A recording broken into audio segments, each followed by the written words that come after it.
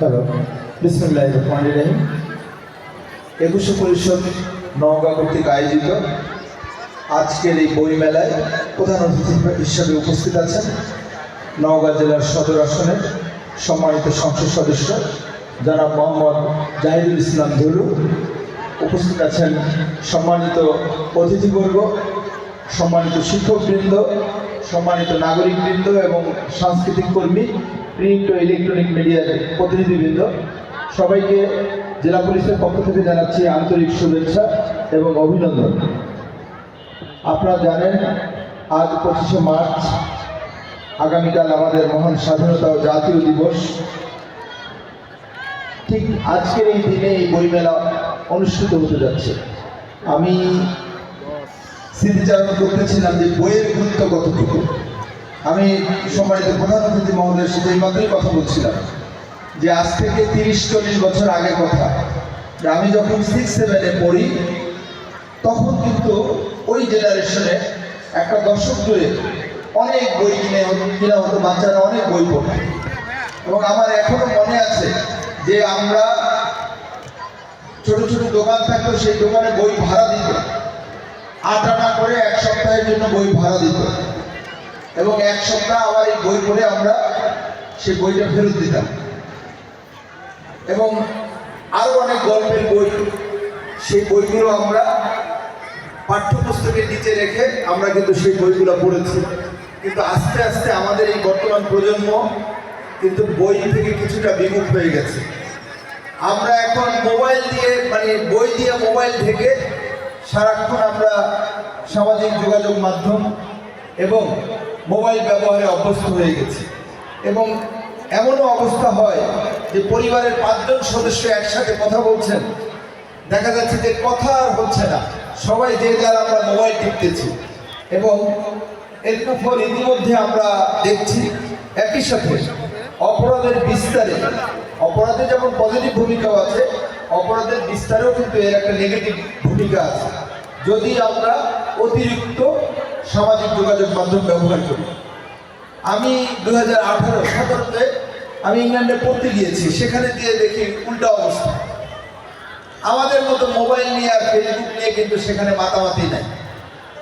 5-6 জন 4-5 জন একসাথে হলেই বাসে, রেলগাড়িতে এবং বিভিন্ন জায়গায় একসাথে হয়েছে, সেখানে সবাই বই পড়তেছে, চা খাচ্ছে, বই পড়তেছে। অর্থাৎ উন্নত বিশ্বে বই পড়ার অভ্যাসটা কিন্তু এতটুকু কমেনি, যেটা আমাদের এখানে কমে গেছে।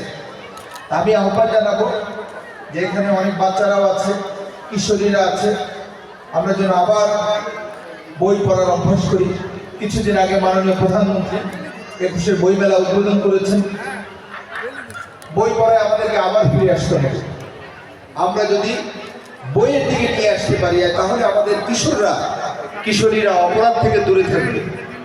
আমরা যদি তাদেরকে খেলার মধ্যে নিয়ে আসতে পারি, তাহলে অন্য কাজ থেকে তারা দূরে থাকবে এবং সামাজিক যোগাযোগ মাধ্যমের অপব্যবহার প্রতিরোধ হবে।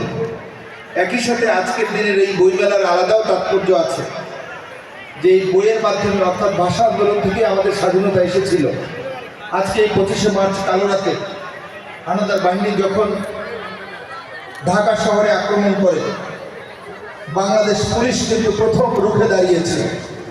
25শে মার্চের কালো রাতে রাজারবাগ পুলিশ লাইনে প্রথম 303 রাইফেলের বুলেট কিন্তু বের হয়েছিল, স্বাধীনতার সপক্ষের প্রথম বুলেট।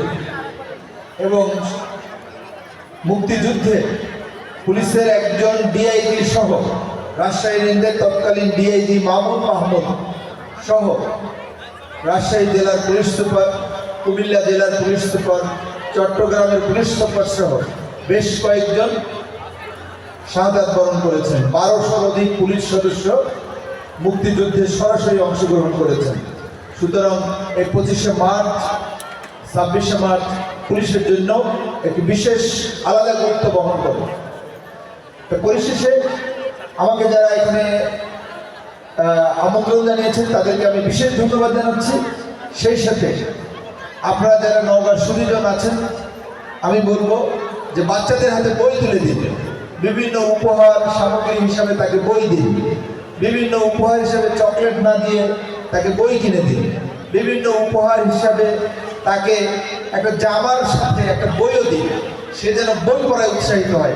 আপনি চোখ বন্ধ করে চিন্তা করেন যে আমাদের বাচ্চারা এখন পাঠ্যপুস্তক আর গাইড বইয়ের বাইরে বই কিন্তু পড়ছে না। আপনি যতগুলি কবিতা জানেন, আমি যতগুলি কবিতা মুখস্থ করতে পারি, আমার বাচ্চারা এসএসসি পরীক্ষা দিবে, তার 10 ভাগের 1 ভাগ কবিতা মুখস্থ তারা জানে না। আপনি জিজ্ঞেস করেন আপনার বাচ্চাকে যে বাবা তুমি একটা কবিতা মুখস্থ বলো তো, যে 7-8-এর, সে বলতে পারবে না। সুতরাং চলুন আমরা সবাই মিলে, এখানে মাননীয় সংসদ সদস্য মহোদয় আছেন, যে আমরা সবাই মিলে আমাদের বাচ্চাদেরকে দিয়ে শুরু করি যে আমরা বই পড়ি, হোক সেটা যে বই হোক, ধর্মীয় বই হোক, সামাজিক বই হোক, রাজনৈতিক বই হোক, তাকে বই পড়তে হবে। এবং বই হচ্ছে অনন্ত যৌবনা, পৃথিবীর জ্ঞান, 1000 বছর আগ থেকে পৃথিবীর জ্ঞান কিন্তু এই বইয়ের মাধ্যমেই ট্রান্সফার হয়েছে। আল্লাহ পাক তার রসুলকে যে পবিত্র বাণী পাঠিয়েছেন কোরআন শরীফ, বইয়ের মাধ্যমেই কিন্তু যুগ যুগ ধরে কিয়ামত পর্যন্ত, অর্থাৎ বইয়ের কোনো বিকল্প নাই, সব কিছুর বিকল্প আছে, জ্ঞানের মাধ্যমই হচ্ছে বই। সুতরাং চলুন আমরা সবাই মিলে আরেকবার চেষ্টা করি, নতুন এই গণতান্ত্রিক বাংলাদেশে আমরা আমাদের বাচ্চাদের বই পড়তে উদ্বুদ্ধ করব, সেই কামনা রেখে আজকের এই মেলার সাফল্য কামনা করছি। আসসালামু আলাইকুম।